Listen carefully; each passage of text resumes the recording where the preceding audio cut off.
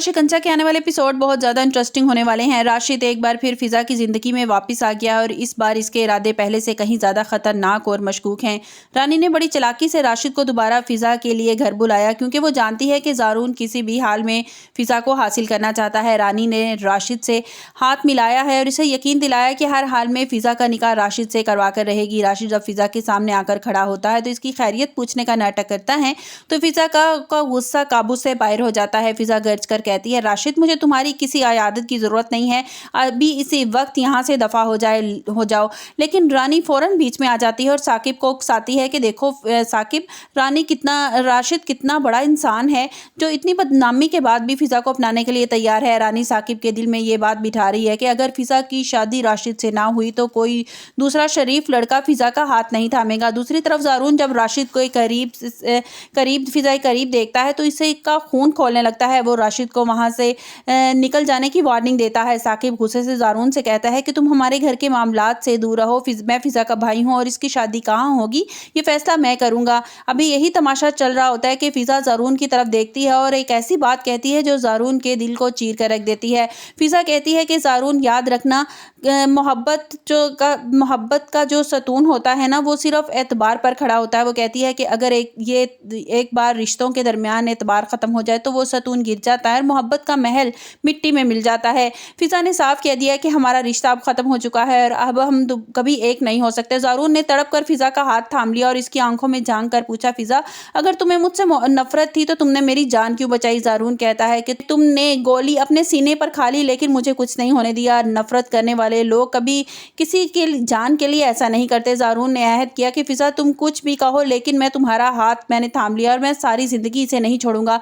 Video में आगे बढ़ने से पहले अगर आप मेरे चैनल पर नए हैं तो लाइक और सब्सक्राइब कर दें। ज़ारून अब एक खामोशी से पुलिस अफसर बनकर तफ्तीश शुरू कर दी है क्योंकि अब वो राशिद के बारे में शदीद शक में मुब्तला हो चुका है। ज़ारून अपने महकमे के लोगों से कहता है कि राशिद का पूरा बैकग्राउंड का डाटा निकाला जाए और देखा जाए कि इसका ताल्लुक किन गुंडों से है। ज़ारून को पता चलता है कि राशिद कोई शरीफ लड़का नहीं है बल्कि शहर का एक बड़ा अगवाकार गैंग के साथ मुलव्वस है। ज़ारून अपनी टीम के साथ इस गैंग के ठिकाने पर छापा मारता है और वहां तमाम सबूत मिल जाते हैं और इसके होश उड़ जाते हैं। गिरफ्तार होने वाले गुंडे पुलिस के सामने सच उगल देते हैं कि फ़िज़ा को किडनैप करने वाला और कोई नहीं बल्कि वो राशिद ही था।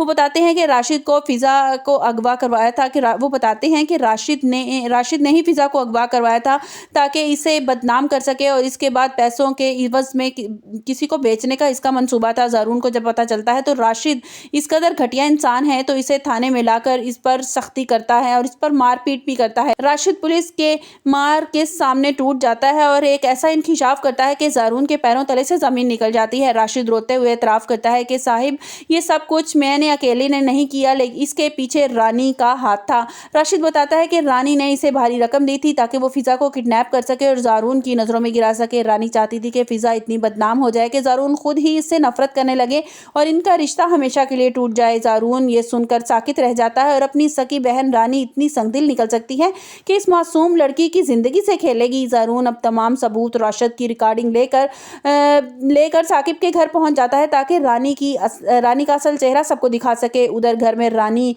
ने अब रिदा पर जुल्म करना शुरू कर दिया और उसे पागल पागल कहकर जलील करती है। रानी साकिब से कहती है कि देखो, तुम्हारी बहन रिदा सारा दिन सोई रहती है और मेरे बेटे का भी ख्याल नहीं रखती और सारा काम मैं करती हूँ। लेकिन साकिब अब रानी की बातों से उकता चुका है और वो रिदा की गिरती हुई सेहत को देखकर भी बहुत परेशान है। ज़ारून घर में दाखिल होता है और सबके सामने रानी को पुकारता है और एक लम्हा इतना सख्त है कि पूरे घर में सन्नाटा छा जाता है। ज़ारून साकिब को वो रिकॉर्डिंग सुनाता है जिसमें राशिद ने रानी का सारा काला चिट्ठा खोलकर बयान किया था। साकिब जब ये सुनता है तो वो अपनी बीवी और बहनों की ज़िंदगी बर्बाद की और ज़ारून पर हमला करवाया, इसका दिमाग घूम जाता है। साकिब गुस्से से पागल होकर रानी को एक ज़ोरदार थप्पड़ मारता है और कहता है कि तुम जैसी औरत, तुम तो एक जहरीली नागिन हो। साकिब कहता है कि रानी, मैंने तुम पर अंधा एतबार किया और तुम मेरी पीठ पीछे मुझे पर छुरा घोंप दिया। रानी रो रो कर माफ़िया मांगती है लेकिन कोई भी इसकी बात सुनने को तैयार नहीं होता क्योंकि अब इसका झूठ पकड़ा जा चुका है। ज़ारून ने इसी वक्त लेडी पुलिस को बुलाया और इस रानी को हथकड़ियां लगवा कर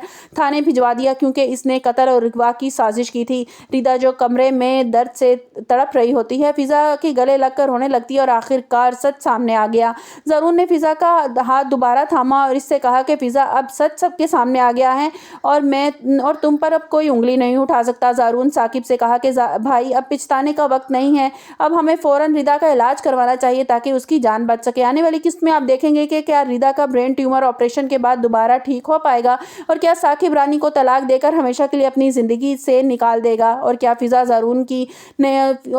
और ज़ारून की नई ज़िंदगी की शुरुआत हो पाएगी। आपको हमारी वीडियो कैसी लगी कमेंट्स बॉक्स में अपनी राय का इजहार ज़रूर कीजिएगा और लाइक और सब्सक्राइब कीजिएगा।